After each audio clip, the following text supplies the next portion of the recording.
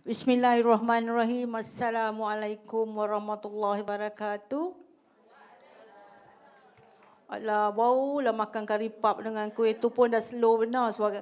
Assalamualaikum warahmatullahi wabarakatuh. Bayangkanlah bila tengok pengacara-acara yang begitu suara begitu lantang, handsome juga ni. Jadi kita kena betul kuat dia, kuat lagi lah wanita ini. Boleh? Oh, ni nampak sebelah ungu je yang bercakap. Alhamdulillah, kita telah ke program sesi bicara niaga yang kedua. Saya rasa tercabar sikit. Pasal apa? Tadi Coach Wan tu dia maybe cara dia bercakap tu lebih santai, ya. Dan kita berharap juga panel kita ni bicara kita kali ni lebih santai. Ya, kita tak nak kita tak mau begitu formal, ya. In between rasa saya kita nak maklumlah dah minum, nak menjelang makan tengah hari tu pastinya jangan seorang pun kelip mata. Ya, jangan kelip mata. Kalau boleh dengar ya apa yang panel-panel kita akan berbicara hari ini. Pertama, yang lebih bercakap nanti moderator lah sebenarnya. Okey, alhamdulillah tuan-tuan dan perempuan, pasal kita nampak tuan-tuan tak ramai. Ya, di pagi ni, ya, jadi kita lebih kepada puan-puan dan tuan-tuan. Ya, selamat pagi dan selamat datang. Terima kasih saya ucapkan kepada hadirin yang telah orang kata begitu betul lah, kata kekal dan minum masuk balik. Alhamdulillah, kita berharap biar agar lebih lagi datang ramai. Yang dah ada sini kita minta tolong hingga ke petang. Jika berbagai-bagai panel yang akan terus berbicara lagi nanti dan juga perasmian bagi majlis ini. Jadi tak usah saya dikenalkan, saya dah dikenalkan juga, ya, itu ambil ringkas. Nama saya Faridah dan ada dalam golongan anak-anak ni panggil mama, ya, ada juga golongan yang jejaka tu panggil adik, homeboy. Teringin jugalah kan. Tadi dah coach dah cakap itu usia tu by the number kan. Jadi yang ada tu panggil kakak. Jadi alhamdulillah saya berada di sini sebagai moderator bersama-sama 3 panelis kita yang bukan calang-calang yang kita bawa bersama oleh SME Corp. Ya, jadi sesi bicara niaga ni bagi tajuk kali ni agak begitu menggegarkan, iaitu usahawan wanita dan belia berani menggegarkan dunia bisnes. Betul? Betul. Jadi bila kata betul, pastinya dari panelis-panelis ni akan lebih memberi tips, ya, untuk pastikan kita lebih gegar segala-galanya. Wanita dan belia. Pasal apa ramai kat sini belia, mana belia? Oh, belia itu juga, kan. Yang kat sini tak ada belia. Ada. Ceria sikit sayang, ceria. Ya, tentang pakai mask tu kan. Senyum tak nampak, bukalah mask kan kadang-kadang. Mak belia ramai.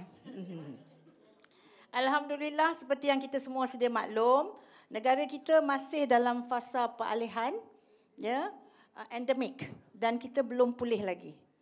Dan kita harus banyak meneruskan juga perjuangan kita, karier kita dan juga ekonomi kita. Namun begitu firman Allah Subhanahu wa taala surah Al-Isra ni ayat 5-6 bermaksud kerana sesungguhnya sesudah kesulitan itu ada kemudahan. With every difficult there is relief. InsyaAllah kita sama-sama berdoa, sama-sama ikhtiar, pastinya kita akan bertemu kejayaan. Jadi oleh kerana kita telah 2 tahun berlalu dan kita semua telah orang kata semua telah dilalui dan kita telah belajar bagaimana kita telah merasa dalam keadaan impak pandemik COVID-19, di mana kita perlu lebih bijak untuk menyesuaikan. Tadi bicara pertama, bagaimana kebijakan kita untuk digitaliskan perniagaan kita. Jadi itu yang harus kita laksanakan mengikut keadaan semasa. Jadi oleh kerana ni bicara lagi bila kita dah digitaliskan, jadi itu pastinya kita boleh menggegarkan lagi dunia kebisnesan kita. Jadi saya kena ikut bacaan ni. Betul lah kata coach tadi. Kalau kita bacakan landasan kita kan. Sesilap. Jadi apa pun kita hasilkan, kita mengucapkan ribuan berbanyak terima kasih kepada SME Corp, ya, terutamanya urus setia. Kita punya juri, kita punya program ini iaitu Puan Heliati Bangun Priority yang telah orang kata telah menganjurkan khas program ini untuk pastikan agar semua usahawan mendapat impak dan akan bring back the something daripada program-program ini. Kalau kita tak dapat lagi ni, that mean kita semua tak berjaya lah. Jadi kita nak masing-masing menghargai dan membawa balik pula yang program ini adalah yang terbaik, agar kita boleh buat lagi program-program akan datang insya-Allah, dan tambahan lagi kerja untuk Puan Heliati. Tanpa melengahkan masa, izinkan saya memperkenalkan panel jemputan untuk sesi bicara niaga pada hari ini, iaitu sebelah kiri saya yang berusaha Dr. Zainah binti Sharif, Timbalan Ketua Pengarah Bahagian Pembangunan Belia, Jabatan Belia dan Sukan Negara, JBSN. Tepuklah. Allah, kena suruh, tak payah kena suruh lah, tahu ya. Tepuk. Keduanya Puan Nur Syahidawati binti Abdullah. Syidah je ya. Kejap lagi Syidah. Ni sekarang kena buat Nur Syahidawati. Timbalan Ketua Pengarah. Kalau tidak kejap lagi akan panggil Syi je. Kan. Timbalan Ketua Pengarah Jabatan Pembangunan Wanita JPW. Dan di sana pastinya yang baju ungu tu pun dah kenal, dan yang akan belum jadi baju ungu lepas ni akan jadi baju ungu akan pastinya kenal STE Associate Hajah Rokiah binti M Koyakuti, usahawan bimbingan dan persatuan dari Persatuan Usahawan Wanita Bumi Putera Malaysia, dan nama glamour Hushanita. Terima kasih kepada semua panel kerana sudi meluangkan masa.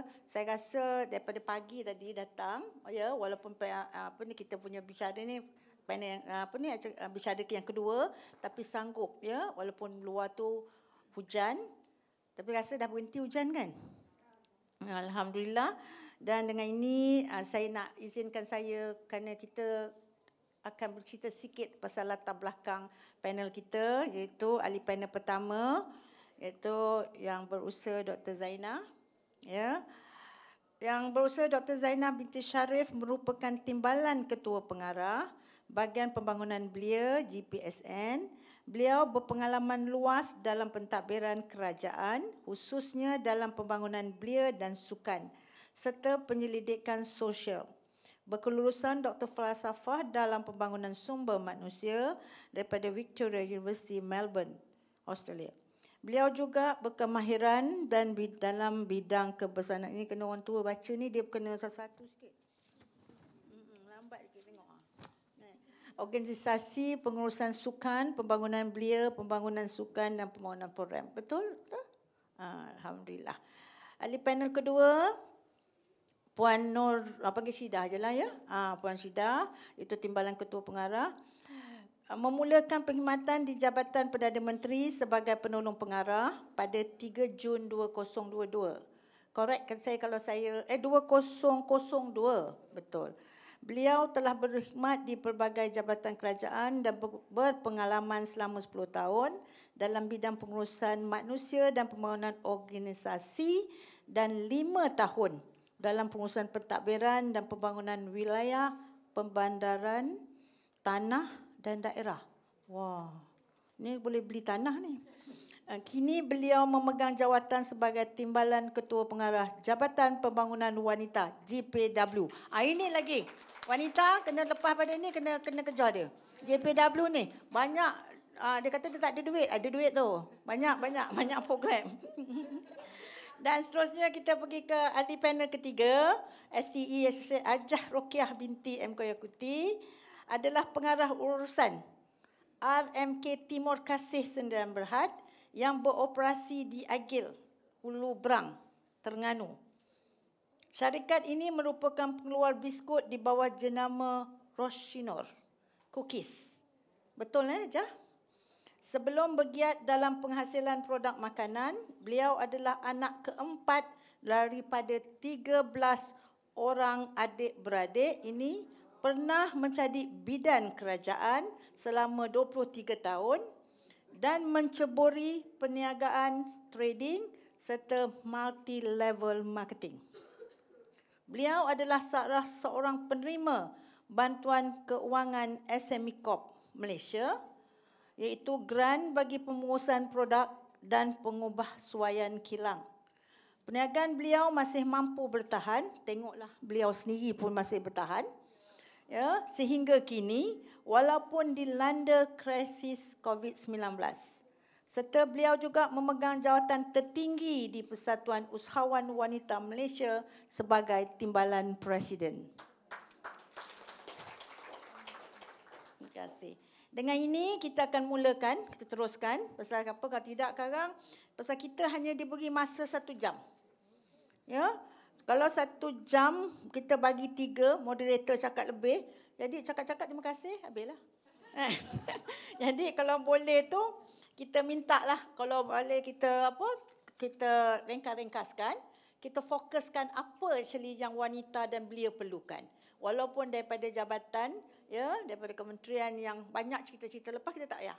Kita akan cerita apa forward yang kita ni. Soalan tu sebagai soalan yang telah diarahkan suruh tanya. Tapi jawapan dia tu kita boleh bolak-alikkan, ya. Dengan itu tengok tu, dah silap dah tu. Jadi kita pergi ke pusingan pertama, sama tadi. Pusingan pertama, pusingan kedua, soal jawab oleh para hadirin. Jadi kita teruskan, kita panel pertama kita soal satu-satu soalan. Ya, kalau kita jawab satu, semua jawab tak syok. Jadi masing-masing dia tengah panik tu. Apa soalan yang kita akan beri? Soalan yang tu iaitu untuk doktor. Pembangunan belia yang positif adalah amat penting kepada kesejahteraan masyarakat dan masa depan negara. Belia merupakan aset bernilai yang perlu dicongkil dan digilap potensinya bagi memenuhi aspirasi negara. Apa peranan GBSN untuk membantu golongan belia, dan pastinya dalam belia tu pastinya wanita lah, ya. Kita nak bukan kita tak nak fokuskan remaja lelaki, tapi lebihnya kita pada pasal hari ini pasal berkenaan usahawan wanita dan belia. Jadi untuk mereka menjadi berdaya tahan, jadi biar berdaya saing lebih more kompetitif untuk mereka ke pasaran domestik untuk masa ini. Dipersilakan. Okay, Assalamualaikum warahmatullahi wabarakatuh. Terima kasih bagi Datuk moderator yang ceria pagi ni, walaupun katanya baru lepas makan karipap, makan bihun kan. Alhamdulillah. Yang penting kita semua kat sini semua ceria, dan saya ucapkan terima kasih kepada SME Corp juga selaku penganjur Datuk yang memberi ruang dan peluang untuk kami bersamalah di platform ini. Saya mewakili Jabatan Belia dan Sukan Negara amat terharu dengan peluang yang diberi, dan sebagaimana tajuk yang Datuk moderator kongsikan tadi, tajuk ni amat penting kepada kita semua. Walaupun tadi ada yang di depan ni saya dengar dia kata belia ke tak belia, ramainya katanya mak belia Tapi mak belia pun penting sebab mak belia ni lah yang akan membantu menjadikan belia itu ke mana arah tujuannya. Kan? Jadi mak belia ke kita semua ada peranan yang penting yang perlu kita laksanakan. Jadi kalau tengok kepada populasi di dalam dewan ni, saya rasa memang belianya sikit lah kot Datuk kan. Tapi kita semua ada peranan. Sebab kalau dekat Malaysia, kalau tadi Datuk tanya, walaupun soalannya sangat luas untuk dikupas, tapi first untuk kita tahu siapa belia di Malaysia. Kan? Di Malaysia kalau dari segi perundangannya, siapa yang belia ni masih mereka yang berumur 15 hingga 40 tahun. Dari segi perundangan ya. Jadi kalau mana-mana yang sini bawah 40 ni masih belia lah. Kalau atas 40 tu dia baru bergraduasi daripada belia. Dah graduate lah daripada belia kan. Jadi kalau itu dari segi perundangan tu. Tapi kalau dari segi inisiatif nak turunkan umur belia, sebenarnya dah lulus dekat parlimen tapi belum diwartakan lagi, belum dikuatkuasakan lagi. So umur belia akan jadi 15 hingga 30. Jadi dari segi pelaksanaan program dan aktiviti, kita banyak fokuskan kepada 15 hingga 30 lah, tapi tidak mengabaikan mereka yang berumur 30 hingga 40 tadi. Jadi apa peranannya yang jabatan laksanakan? Nak lahirkan belia yang berwawasan, yang berintegriti, yang jati dirinya tinggi, menjadi usahawan dan sebagainya. Sebab jabatan ni kalau tadi masa sembang-sembang saya ada sembang dengan Puan Syida. Kalau Puan Syida jaga belia, yang jaga wanita yang ada di mana-mana, begitu juga belia. Kami jaga belia yang juga ada di mana-mana. Di Kementerian Kesihatan ada belia, di SME Corp ada belia, di Kementerian Perumahan ada belia, di Kementerian Wanita pun ada belia, kan? Jadi belia di mana-mana. Jadi kalau cakap tentang lead agency yang membangunkan belia, memanglah Jabatan Kementerian Belia dan Sukan dan Jabatan Belia dan Sukan Negara. Jadi dalam nak menyelahkan potensi belia ini dalam bidang keusahawanan, kami tidak mampu laksanakan seorang-seorang, Datuk. Jadi memang ada integrated effort yang kami memang melaksanakan inisiatif rentas kementerian. Rentas kementerian ni maknanya kita berkongsi sumber, kita berkongsi kepakaran, kita berkongsi tentang apa inisiatif dan strategi yang kita boleh laksanakan bersama. Dan perkara itu juga sebenarnya ada digariskan di dalam strategi 1 di dalam DKN 2030. Tahu tak apa DKN 2030? Tahu kan? Dasar Keusahawanan Negara 2030 yang dikeluarkan oleh Kementerian Pembangunan Usahawan dan Koperasi. Saya di bawah Kementerian Belia dan Sukan. Kami juga ada Dasar Belia Negara. Dasar Belia Negara dilancarkan oleh PM pada 2015. Di dalam itu juga ada dinyatakan tentang inisiatif rentas kementerian. Dan kita ada 9 bidang keutamaan yang diberi fokus selain nak membangunkan belia dari segi kepimpinan, kesukarelawanan, dari segi pendidikan dan latihan. Ada satu bidang fokus yang khas untuk keusahawanan.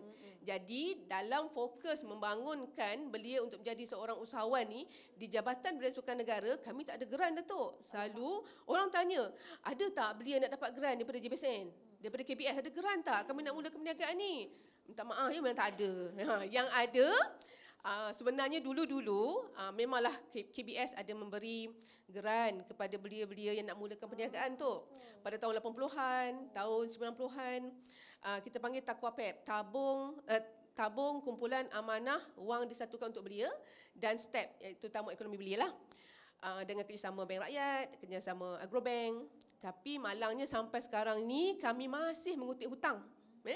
Walaupun RM50 dia orang bayar, kami masih kejar dia orang. Walaupun skop kerja Pegawai Belia dan Sukan ni, macam saya Pegawai Belia dan Sukan ni, Skim S, bukan kepakaran kami untuk mengutip hutang ni. Tapi sebab itu adalah dana kerajaan yang kita bertanggungjawab untuk kutip balik. Jadi kami masih meneruskan usaha lah, walaupun ada akaun tu dah lebih 30 tahun, walaupun peminjam tu dah bukan belia pun. Jadi kalau tadi tuan-tuan dan puan-puan, Datuk ya, ada dikongsikan oleh pihak bank BSN tadi, ada menyatakan bahawa pihak bank menyediakan pinjaman dan peminjam dimohonlah membayar balik, sebab bila bayar balik maka kita beri peluang kepada orang lain untuk memohon pula. Jadi cabaran kami di peringkat KBS, pertama tak ada tabung tadi tu. Now hutang yang dulu kami masih bekerja untuk memastikan diorang membayar. Dan kami tidak ada kepakaran untuk mengendalikan urusan-urusan peminjaman sebagaimana pihak bank ada kepakaran. Jadi kalau inisiatif yang kami buat at the moment adalah di peringkat jabatan kita melaksanakan lebih kepada program kursus membudayakan belia untuk menjadi usahawan. Kita membudayakan mereka untuk minat menceburi bidang keusahawanan.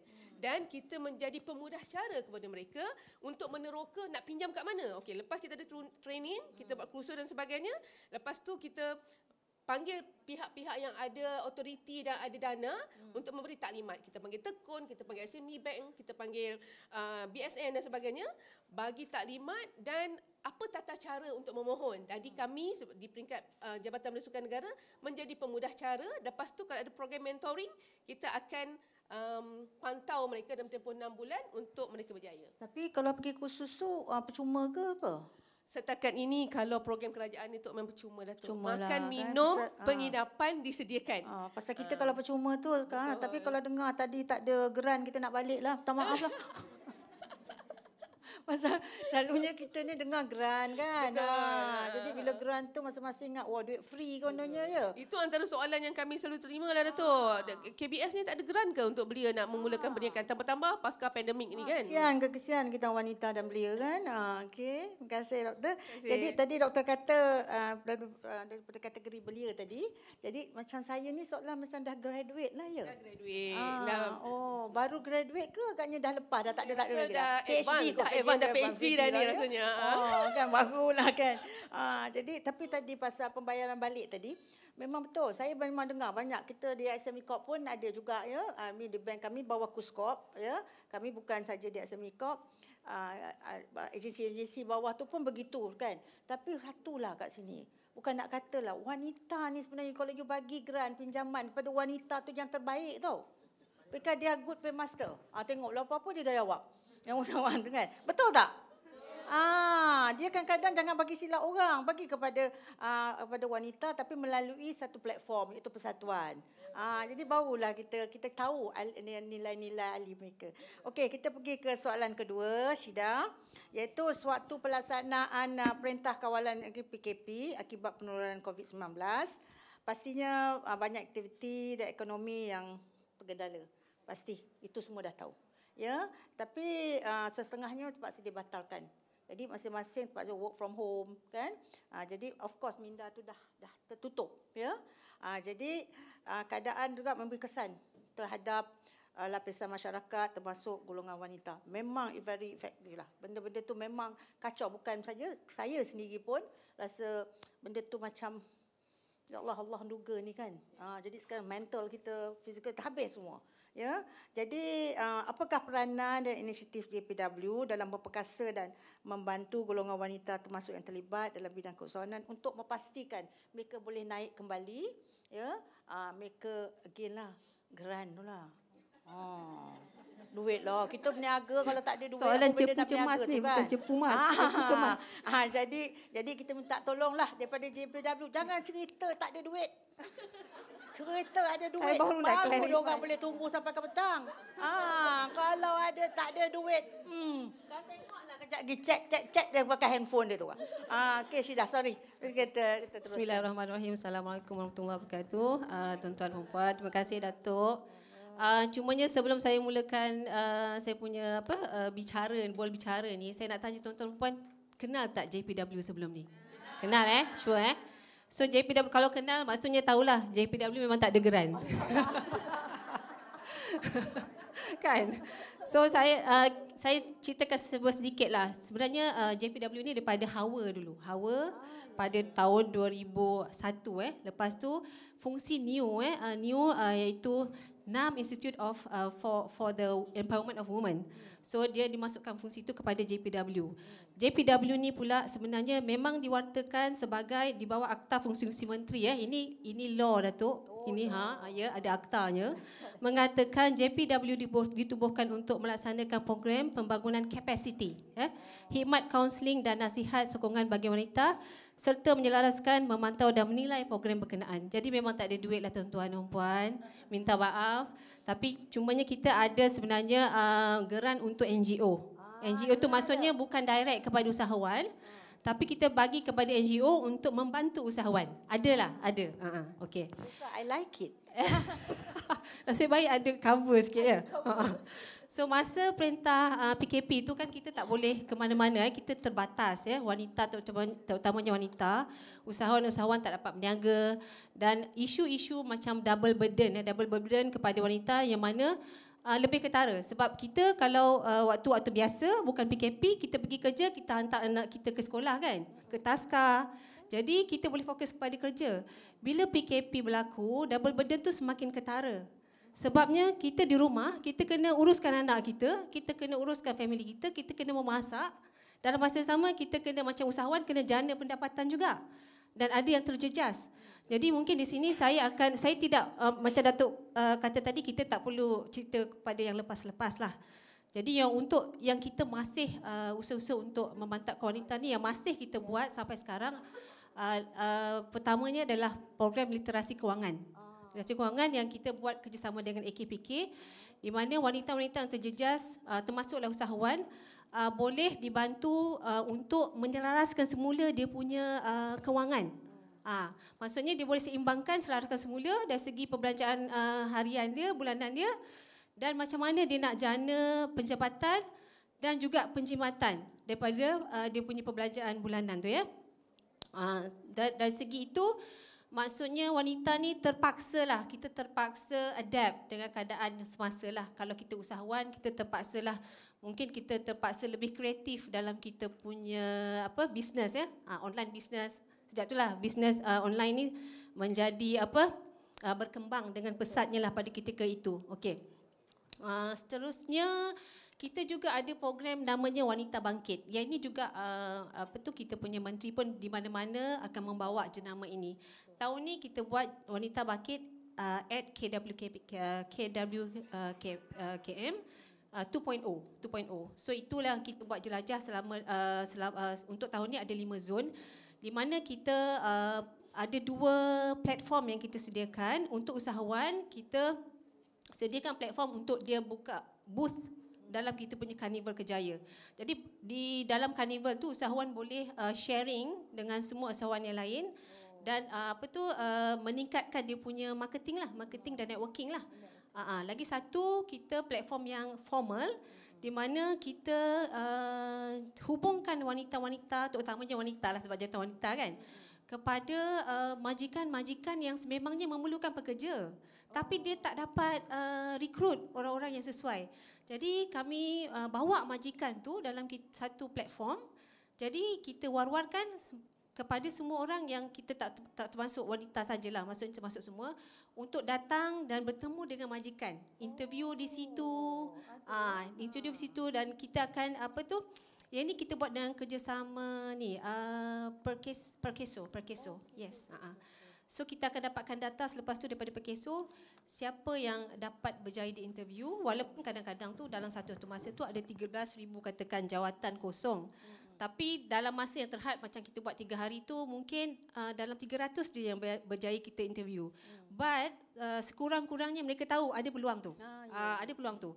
So yang itu juga kita minta data daripada Perkeso, maksudnya kita follow up lah berapa yang ada dan berapa lagi yang kita peluang-peluang yang kita boleh war-warkan kepada orang di luar sana, terutamanya wanita.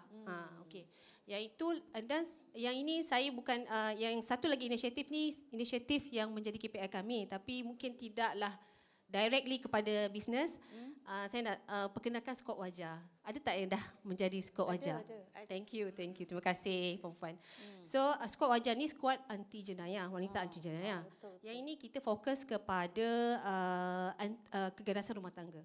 Tapi sebenarnya bila kita turun ke Padang, sebenarnya kita dapati berbagai-bagai isu yang berlaku terutamanya kepada wanita yang mana tidak dapat dah berhenti kerja macam itulah. So dari segi situ kita dapati wanita ni sebenarnya memerlukan sokongan emosi. Emosi bukan saja dia nakkan untuk menjadi pendapatan, tapi sebenarnya untuk bangkit tu dia memerlukan sokongan emosi. So inilah antara usaha-usaha Datuk yang kami masih lagi buat. Dan tak digerak lah yang macam saya cakap tadi tu. Tapi program-program yang membantu wanita untuk bangkit semula. Terima kasih. Betul Puan Syidah. Macam cerita tadi kan, macam kalau kita dulu masih pandemik kan, kita ada kat rumah kan, macam wanita ni kalau dulu dia kerja, dia boleh kerja, kawan-kawan dia boleh tinggal. Dia tak nampak tau apa yang berlaku kat rumah dengan anak-anak dia. Bukan berlaku pada saya. Ya, pasal masih sebelum pandemik tu, ni cucu lah, tak pernah nampak nenda dia ni. Kan? Sampai dia tanya, tapi bila time pandemik, why you always stay at home? Wow, dia tanya. Dia tak suka pula kita duduk kat rumah. Maksud dia tu bila kita ada kat rumah kita dah ramai kan. Jadi tapi maksudnya tu kita kena masih di rumah tu kita kena buat semua kerja. Ya, terutama wanita kan. Kadang macam itulah suami nak makannya makanan wanita isteri dia kan. Jadi dengan kerja online, kadang-kadang nampak je depan senyum, bawah ni tak ada pakai kain ke tidak. Kadang-kadang kan tak perasan semua tu kan. Tapi sekarang kena pakai macam ni balik. Kenalah pakai kain pula. Kalau dah keluar pun tak pakai kain macam mana kita dalam pandemik dulu, tak boleh lah pula kan. Jadi itu yang kita rasa tu. Lepas tu yang satu tu lah, kalau kita tak jelas tadi, macam satu majikan tu. memang kita masa tu kita ingat bila majikan nak cek pekerja ni kita lost tau. Kat mana? Now kita tahu. Di JPW kisahnya ada ya. Ada, kita ada meeting dengan Federation of Manufacturing Malaysia. Dalam sektor-sektor logistik, mereka banyak sangat kekosongan. Drivers di logistik. So sekarang ni ada satu company tu dia kata bila driver wanita ni integriti dia lebih tinggi, betul tak Tuan Puan? Betul. Sorry kalau lelaki. So maaf integriti dia lebih, minta maaf kalau lelaki, tapi inilah dia punya hakikatnya, betul. Jadi mereka sekarang ni ke arah untuk dia recruit driver wanita. Tapi ni cuma saya cakap dengan FMM, saya kata untuk you hire wanita, you kena keluar sikit daripada you punya ruang lingkup yang biasa. Maksudnya dari segi sebenarnya wanita ni dia punya kegagalan tu masa 8 to 5 tu kan. So saya kata you kena keluar daripada situ, maksudnya you buat macam shift 4 hours, jadi wanita ni fleksibel, dia nak pergi masuk shift mana. Macam itulah. Ya, pasal usahawan ni macam contohnya spa ya. Mereka nak perlu pekerja, sekarang susah nak cari pekerja, nak yang kilang buat biskut apa susah. Jadi sekarang kita melalui JPW, kita pastikan yang mereka dapat membantu kita. Apa tu? Tapi tadi kalau kita cakap tadi lelaki minta maaf ya, bila kita dah perempuan dekat wanita semua sini memang dia lebih sikit. Semuanya kita betul. Man, jadi don't ever argue with the speaking cakap Jawa tadi kan. Don't be argue dengan woman. You will always lost, man. Okay. Kita sebenarnya kita nak bagi satu debaran kepada panel ketiga kita. Pasal tengok pada wajahnya, pasti mereka dah fikir usia dia berapa tu. Kan. Jadi namun dengan kekuatan dia di hari ini, jadi kita nak tanyalah Puan Hajah Rokeah, itu dari usahawan bimbingan Persatuan Usahawan Wanita, itu keterlibatan golongan wanita dalam persatuan. Itu penting. Pasal kadang-kadang mereka tak nampak platform tu kan. Jadi dan pertubuhan bukan kerajaan NGO adalah untuk memperkasakan peranan wanita dan pembangunan negara. Jadi sebagai seorang ahli usahanita yang pastinya dah lama, jadi dan juga pemimpin tertinggi, ya, bukan saja maybe jawatan yang sebelum-sebelum ni Puan Hajah dah pernah pegang. Jadi kita nak tahulah pengalaman Puan Hajah, dan juga yang seronoknya tadi tu maklumlah kita ni pada SME Corp, kita diarahkan, ya, macam mana yang Hajah dapat SME Corp grant tu. Ya, macam mana? Pasal apa diorang ni selalu cakap, susah SME Corp tu, cakap je. Dulu saya pun cakap gitu. Saya dah jadi ahli perbadanan. Betul lah. Malu pula. Jadi sekarang boleh tak Hajah ceritakan sikit pengalaman tu? Sila Jah. Okay, bismillahirrahmanirrahim. Assalamualaikum warahmatullahi wabarakatuh. Terima kasih Datuk. Saya kongsikan sedikitlah kenapa NGO perlu masuk persatuan. Sebab apa? Kalau kita seorang-seorang, ke mana hala tuju kita? Contoh sekata hari ini kita pakai baju apa, kita tuju pada usahaita lah. Okay? Apabila macam usahaita, apabila kita masuk ahli dan kita nak menjadi usahawan, dia mesti cukup syarat sebenarnya. Di dalam agensi-agensi kerajaan ni amat membantu usahawan. Tetapi kita kena ada SOP. Jangan pula kalau kita goreng pisang kena minta grant SME Corp. Tak logik lah. Kita pakai baju ukur badan. Jadi apa yang saya nak sarankan kepada semua usahawan-usahawan, kalau kita pada peringkat kecil, kalau kita peringkat kecil, contoh kita kata kita ada pertanian, kita ada mardi, kita ada fama, kita ada marah, kita ada Ferda, yang ada kelapa sawit ada Ferda, banyak tau. Jadi apa yang perlu kita ada ilmu. Ilmu hala tuju kita. Macam saya, sebab apa macam kita kata hari ni, bermacam-macam program yang kerajaan anjurkan. Kita pergilah dengar. Kita jangan siapa kita kata ikan nak beri kita makan. Kita cari ikan bagaimana kita nak mengair. Batang kain kita cari. Saya contoh. Macam saya sebelum pada ni memang saya pernah kerja lah. Saya pernah kerja sebagai bidang kerajaan selama 23 tahun. Lepas pada tu kenapa saya berhenti? Kenapa anda memilih menjadi usahawan? Untuk apa? Kaya. Sebab makan gaji boleh jadi kaya tak? Sorry yang orang makan gaji. Sebab saya bercakap itu saya ada sebab. Saya ada sebab. Sebab 9/10 rezeki adalah perniagaan.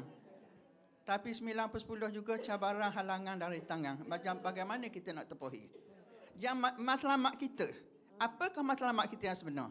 Kalau kita nak bisnes, kita nak main-main ke, kita nak suka-suka ke, kita nak jadi kaya ke, kita nak menjadi jutawan.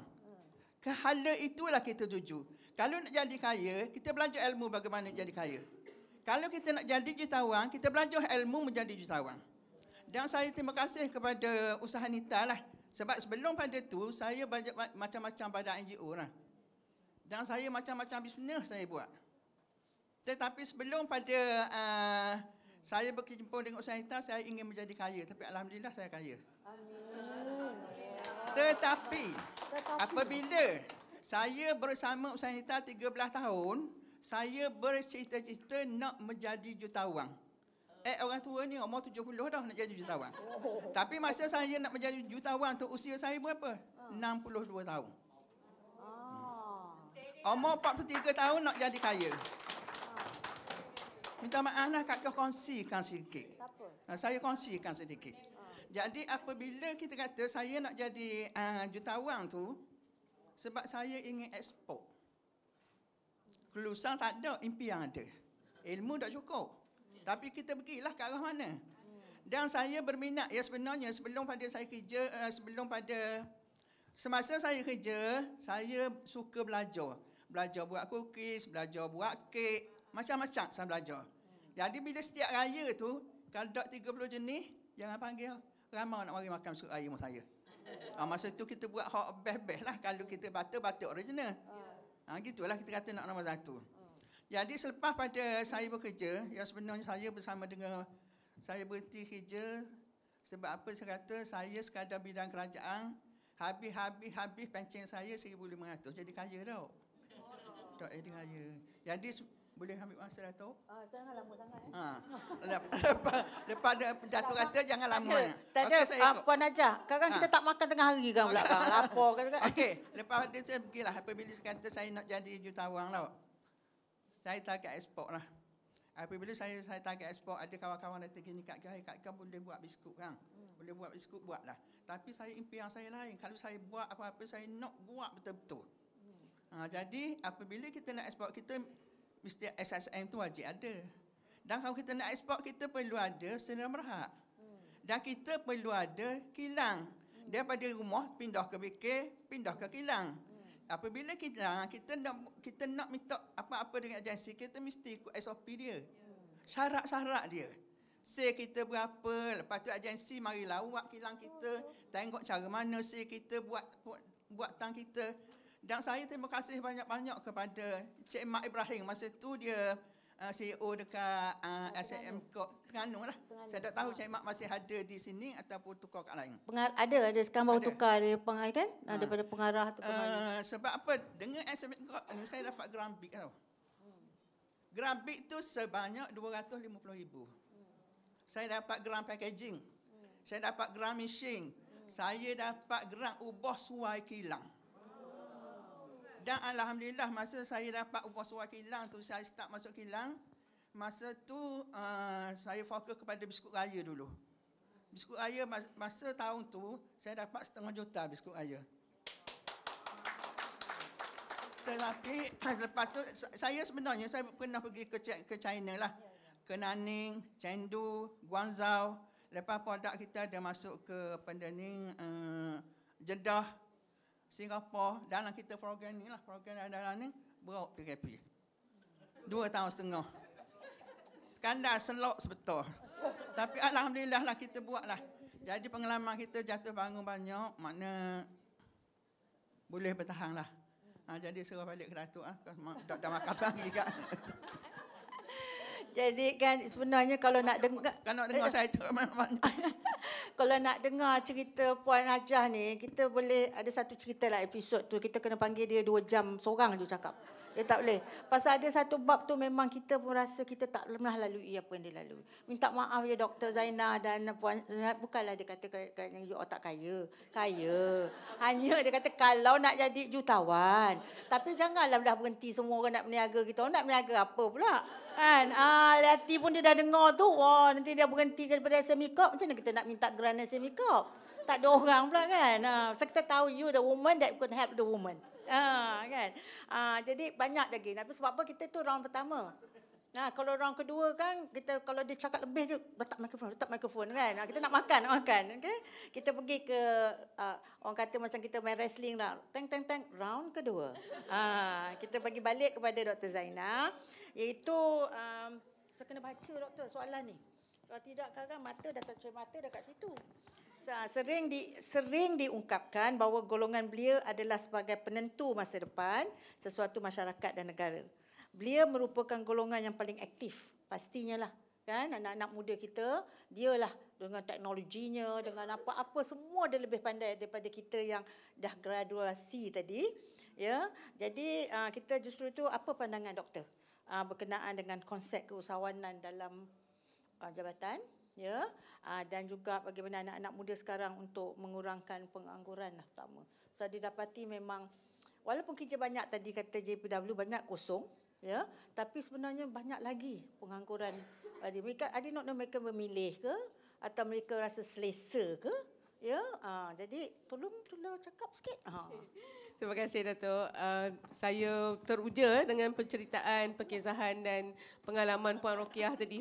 Yang mana semangat yang sebagaimana Puan Rokiah kongsikan tu Datuk, kalau dapat semua belia ada semangat sebegitu, insya-Allah kita dapat melahirkan satu generasi belia yang akan berjaya dalam apa juga bidang yang mereka ceburi. Berbalik kepada soalan Datuk tadi, bila cakap tentang pengangguran dan belia, memang sangat sinonim lah.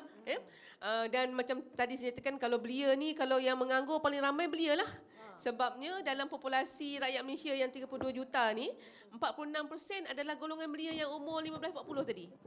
Dan pengangguran, walaupun kita nampak serius, tapi kalau tengok sebagaimana dilaporkan oleh pihak Jabatan Perangkaan, pada suku tahun pertama tahun ini, peratus pengangguran dah kurang sikit kepada 5.3% berbanding 5.9% pada suku tahun pertama tahun lepas. So adalah sedikit pengurangan bilang pengangguran ni. Dan kalau tadi Jabatan Wanita ada karnival juga untuk job fair ataupun menyediakan peluang pekerjaan. Di Jabatan Belia Sukan Negara, di bahagian saya, di bahagian pembangunan belia, kami ada cawangan pembangunan ekonomi. Pengarahnya ada bersama saya, Puan Hartini. Itu adalah pengarah cawangan pembangunan ekonomi bersama saya hari ini. Antara program yang kita buat adalah Y-Carrier. Dan Y-Carrier ni kami buat di setiap negeri jugalah dengan kerjasama PKSO dan agensi yang lain. So kalau cakap tentang pengangguran belia, memang setiap kali kita buat karnival, macam contoh yang kami pergi di Tuaran baru ni, kita turun bersama dengan 30 syarikat dengan penawaran lebih 1,000 pejawatan. Dan belia-belia memang boleh walk in untuk datang dan juga mencuba nasib untuk mendapatkan pekerjaan. Dan sebagaimana Puan Syida kongsikan tadilah, ada yang dapat, ada yang tak dapat. Dan ada yang dapat tapi belia kita ni boleh tengok, jauh lah, tak nak pergi pula. Boleh tengok pula tangga gaji rendah lah, tak nak pula. So the element of memilih tu ada sedikit. Jadi bila nak cakap tentang macam mana kita nak kaitkan dengan keusahawanan tadi, memang kalau cakap masalah pengangguran, masyarakat akan kaitkan kepada gagalnya kerajaan. Tengok tu ramai belia menganggur. Kerajaan ni gagal menangani masalah pekerjaan, peluang pekerjaan di kalangan belia dan anak muda. Tapi kalaulah kita lihat, kita jangan burdenkan kerajaan semata-mata. Jadi kita nak kita work together. Belia sendiri kalau boleh kita budayakan mereka, mantapkan minat mereka untuk menjadi usahawan, untuk mereka mencipta pekerjaan.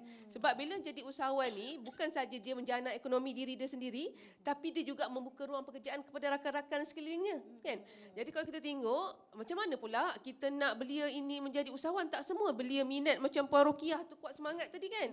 Jadi kalau nak jadi usahawan ni, macam tadi perempuan di depan saya ni yang menjadi usahawan ni, jadi usahawan sebab minat, sebab komitmen. achievement, sebab nak kepuasan, sebab nak capai sesuatu, nak jadi kaya, nak jadi jutawan. Kalau ada that semangat, ada wow factor di kalangan belia yang boleh kita terapkan tu, insya-Allah kita dapat melahirkan satu kelompoknya. Jadi itu yang JBSN buat, di mana di bawah kami juga selain daripada buat program-program pemudaan kesusahanan, ada Akademi Pembangunan Belia khas di Batu Gajah yang fokus kepada membangunkan usahawan belia. InsyaAllah dia punya 5 years punya direction.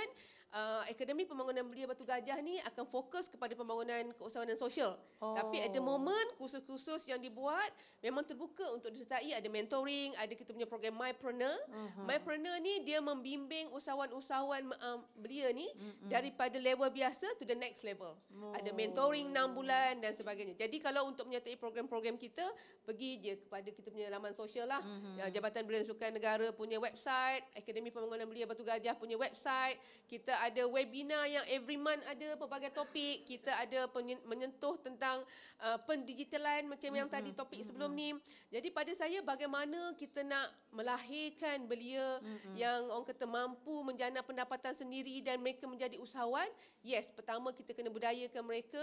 Kita perlu lahirkan satu kelompok belia yang ada semangat macam Puan Rukiah kongsikan tadi. Ada minat, ada jati diri, sanggup menerima risiko dan tak mudah orang kata dibuai mimpi dengan baru je dapat income first dah beli kereta Mercedes. Itu doktor, itu kejap. Itu kita nak cerita sekarang. Kalau ada dapat duit jangan beli Mercedes. Jadi biar dulu dia fokus niaga dia. Kita jangan bagi dia pakai. Kita pakai tak apa. Diorang tak boleh pakai. Jadi kejap lagi tu kita run out tu, because apa? Tengoklah tu. Dia dah bagi warning 10 minit lagi. Kita biar, tapi kita minta izin Rustia, kita panjang sikit, kita makan nasi lambat sikit, tapi kita makan 2 suap saja cukup dah. Boleh? Pasal ni lagi seronok kita dengar kan. Pasal kita boleh lepas makan mihun tadi, tengok makan banyak seorang-seorang. Kenyang lagi kan. Minta izin sikit lah panjang-panjang sikit kan. Sebab apa? Ni bagus ni. Kan? Jarang kita dapat bercakap macam ni. Sebenarnya kita memang suka bercakap kan.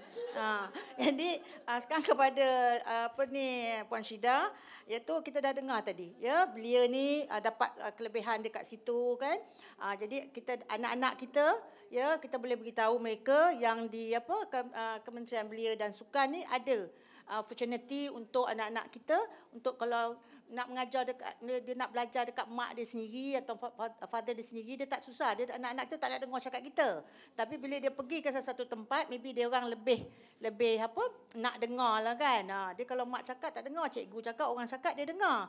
Jadi ini pun satu juga peluang untuk kita. Dan untuk JPW pula yang telah membangunkan, dia panggil 4K 4K tadi kemahiran, kewangan, keseimbangan dan kesamaan. Jadi apakah peranan dan harapan aspirasi JPW kepada wanita? Wanita tadi ni dah belia dah. Pengeluaran sasaran kita wanita. So wujudnya 4K ni, bila kita menyedari wanita ni dia ada kekuatan dia sendiri dan dia ada kelemahan dia sendiri. So jadi kita wujudkan 4K ni yang 4 yang Datuk cakap tadi tu, supaya kita approach kita kepada wanita tu lebih bersasar. Jadi ada wanita yang memerlukan bantuan dari segi keseimbangan daripada segi emosi, rohani dia. Ada yang memang memerlukan kewangan, ada yang memerlukan kemahiran, dan ada juga yang untuk memerlukan leadership dalam diri dia untuk dibangkit semula. Jadi dalam 4K ni kita memang terapkan kepada semua negeri. Kita ada di semua negeri perempuan. So maksudnya program-program kita akan sentiasa ada. Perempuan tengoklah dalam website kita. Dan saya harap jika adalah di antara macam puan yang telah berjaya, boleh berkongsi dengan kita untuk berkongsi dengan wanita-wanita di luar sana yang memang minat nak berniaga tapi dia tak ada bimbingan tu. Jadi nanti kita mungkin saya akan kita ada bawa pegawai saya, Puan Iliana juga, bahagian kolaborasi strategik ya. So yang tu kita harapkan, maksudnya apa-apa yang kita jalankan, perempuan boleh juga menyumbang kepada kami untuk membantu wanita di luar sana, dan aspirasi kami juga dan harapan kami semoga wanita-wanita tersebut mendapat manfaat mendapat manfaat dan mengaplikasikan semua kemahiran yang kita bagi tu dalam dia punya bisnes lah. Okey, betul Puan Syida. Puan Syida. Pasal apa? Sebenarnya kalau Tehad ni semua ni boleh jadi you punya mentor. Betul. Ya, Itulah saya boleh duk perhati semua jadi. tadi ada potensi. Ada potensi, tapi kalau dah lihat semua mentor, jangan lupa mentor kat sini. Dia depan je, di sebelah kanan lagi mentor terus. Jadi semua betul. Mereka semua ada berniaga sendiri dan pengalaman. Jadi orang sekarang perlu mendengar. Walaupun mereka kata alah itu dulu. Tapi dululah kan kalau dengar cerita daripada Hajah, dia sebab dululah pengalaman dia yang perit dulu itulah yang dia boleh. Kadang-kadang memang dalam niaga pun cakap dah tua-tua duduk rumah lah. Kata pandai kata cakap Terengganu dah. Duduk rumah lah. Kakak Ki awak benda jangan kepeh-kepeh tu niaga lagi. Tapi dia masih bersemangat. Begitu juga dengan persatuan, tak payahlah pegang jawatan tua dah kata. Kan? Tapi kenapalah dia nak juga masih lagi kekal. Ya, insya-Allah kita doakan agar beliau sihat terus untuk berjuang dalam perniagaan dan juga dalam persatuan. Silakan, Jah. Mic Jah, mic. Tapi sambil tu kita Berapa ready. minit, Sekejap dia. Sambil tu Allah mahak pula garang pula. Kita bagi ada soal jawab untuk seorang dua lah kan. Ataupun kalau nak lebihkan kan yang soal aja yang jawab dah pergi makan. Jadi apa tu boleh ready. Kan, ready apa je nak soal-soal lah, apa-apa yang nak soal pun kan, minta duit tak ada. Jadi tak payahlah kan. Jadi kita boleh terus cepat sikit kita punya tu. Sila. Berapa minit Datuk? Tak payah minit lah cakap. Dah dia marah pula lelaki. Berapa minit ni? Marah Okey, setiap penghujung mesti ada permulaan kan? Boleh lambat sikit makan? Boleh sebab kita bukan puasa kan? Okey, begini ya. Sebab saya sebenarnya kenapa saya boleh bertahan sehingga hari inilah. Saya dilahirkan daripada keluarga yang miskin. Anak yang keempat daripada 13 orang adik-beradik. Saya ingat masa usia saya 8 tahun, hanya dengan sebiji gula-gula, saya pernah dituduh sebagai pencuri. Daripada situlah saya kata, hinanya aku menjadi anak orang miskin. Hina je kita menjadi orang miskin. Sehingga dengan sebiji gula-gula tu, jiran kepada ibu saya keluar menuduh saya sebagai pencuri. Apakah perasaan anda sekiranya anda dituduh anak kita dituduh sebagai pencuri? Kita tak salah ke mak bapak kita. Daripada situ saya kata, kenapa aku jadi anak orang miskin? Kita nak salah siapa? Allah telah menentukan saya menjadi anak orang miskin. Daripada situlah saya sentiasa berazam nak menjadi kaya. Dan saya sekolah hanya darjah 6 sahaja. Itu sahaja. Dan saya pernah menjadi pembantu rumah masa usia saya 14 tahun. Dan masa usia saya 14 tahun, saya pernah bekerja selama 4 tahun di rumah seorang guru besar dan isteri dia adalah bidang kerajaan. Dan last masa itu permohonan kerja, CJ Darjah Melayu. Alhamdulillah. Saya diterima bekerja sebagai bidang kerajaan. Saya kongsi sikit sejarah. Semasa saya bekerja, saya dapat beasiswa RM120 sebulan. RM30 makan bagi, RM30 bayar asrama, RM30 beri ke ibu saya. Yang lain kita buat belanja-belanja gitu je. Lepas tu dia sampai saya bekerja, saya buat part-time business. Mula-mula, kalau dulu dia buat sistem kutu, 10 dapat 1. Saya jual seberapa banyak boleh raja. Lepas tu saya tengok kat kedai, berapa harga. Lepas tu saya cuba belajar jual sendiri. Sehinggalah, dalam masa saya bekerja, saya buat macam-macam bisnes, saya berjumpalah dengan multi-level Zulian. Tahu Zulian? Zulian adalah Bang Kemah. Dan Cik Bacuk Haji Landiah adalah upline saya. Cik Bacuk tu seorang lelaki daripada Johor yang berkelulusan hanya darjah 6 Melayu saja. Darjah 2 saja. Saya kata kalau Cik Bacuk darjah 2, boleh berjaya, pendapatan belah ribu, boleh pakai kereta Mercedes, apa kurangnya aku? Saya campur diri saya. Saya belajar tahu. Saya belajar daripada segi marketing, daripada segi jualan. Saya belajar, saya fokus je. Sebab matlamat saya nak jadi kaya. Dalam pada kita kata buat multi level dia, konsep memang kita kata memberi peluang pada orang, menjayakan, kita kena berkembang lah. Dan masa saya kerja tu, saya beri peluang pada rakan-rakan saya kerja lah. Lambat saya lalu ni, pusing kereta Mercedes. Dan kita kan boleh dapat kereta Mercedes kan?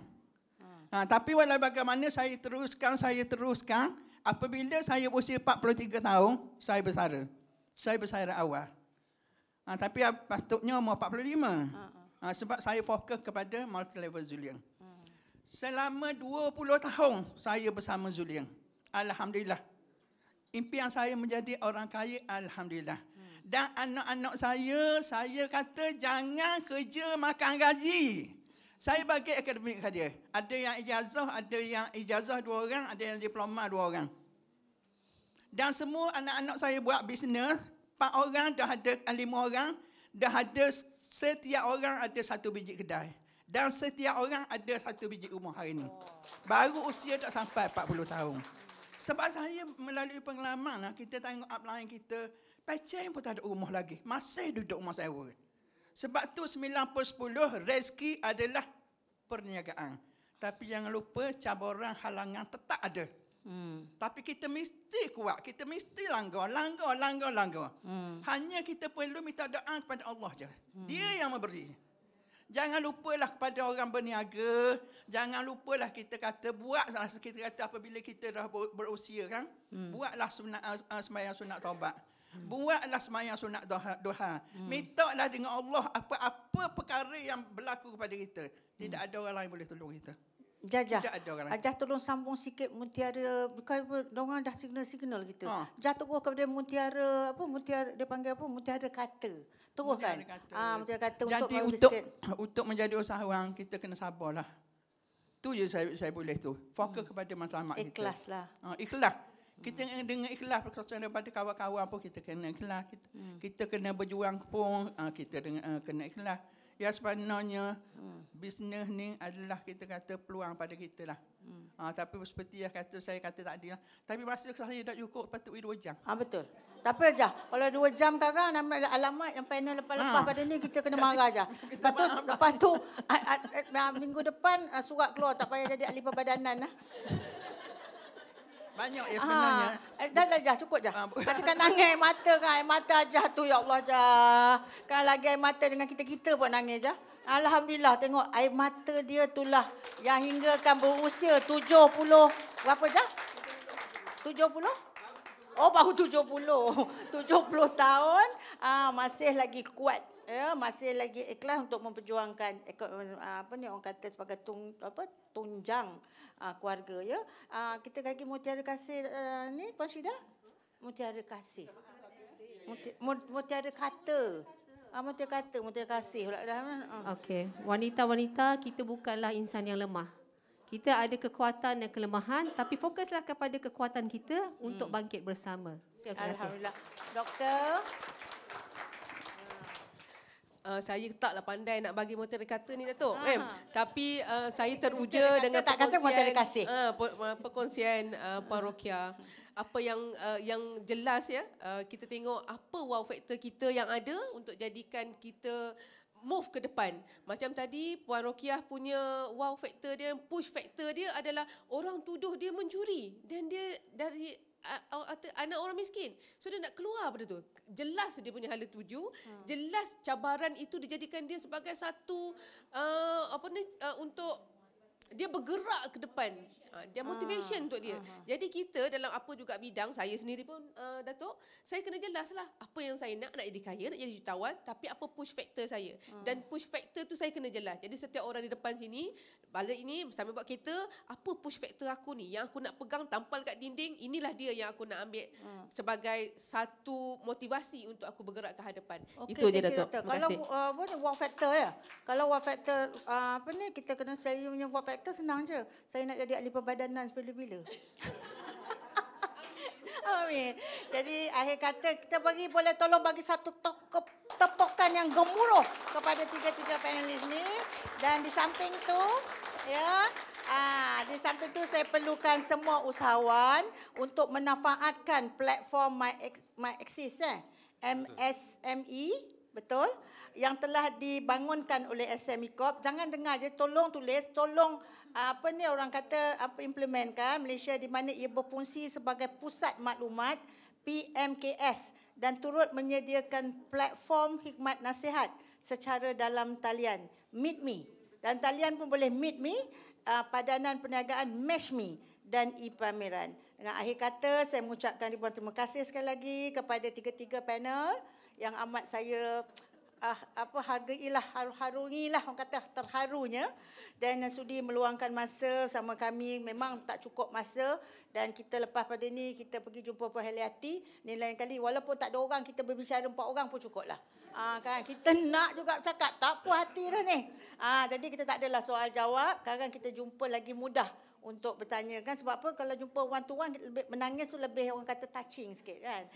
Jadi lepas tu, dan saya harap jugalah tolong kita tunggu sampai ke petang. Sebab banyak lagi, petang kan lagi ada yang terbaik. Dengan akhir kata sekalian, terima kasih. Mohon maaf daripada saya jika ada orang kata gurauan-gurauan tu menyinggung perasaan sebenarnya. Sehingga ni bertemu lagi. Wabillahi taufiq wa hidayah. Wassalamualaikum warahmatullahi wabarakatuh.